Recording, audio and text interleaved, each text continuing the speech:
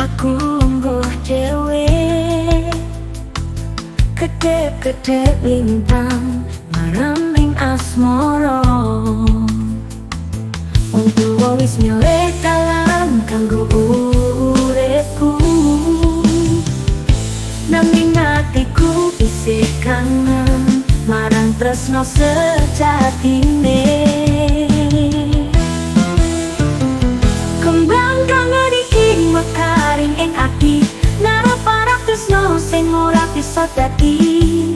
Sanajan janji wis dikadekake, kangen iki isih kandel ora bisa ilang. Ngatepi jodoh sing ora tak pilih, manut marang kersane wong tuwa. Nanging ing jero ati iki ana lara sing ngenteni. Kembang kangen iki ora gampang mlayu.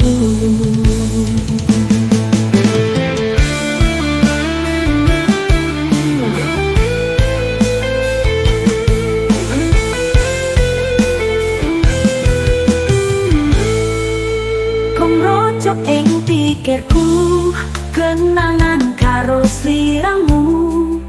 Saben wengi tak eling tresno sing wis ilang. Mbok menawa iki dalan sing kudu tak lampahi, nanging atiku tansah nyuwun marang Gusti. Kembang kangen iki mekaring ing ati, ngarep parang tresno sing ora bisa dadi. Sanajan janji wis dikadekake, kangen iki isih kandel ora bisa ilang. Ngatepi jodoh sing ora tak pilih, manut marang kersane wong tuwa. Nanging ing jero ati iki ana lara sing ngenteni. Kembang kangen iki ora gampang mlayu. Kudu maringi jawabane, nanging sing ati iki muga enggal lunga. Kembang kangen iki tak simpen ing jero,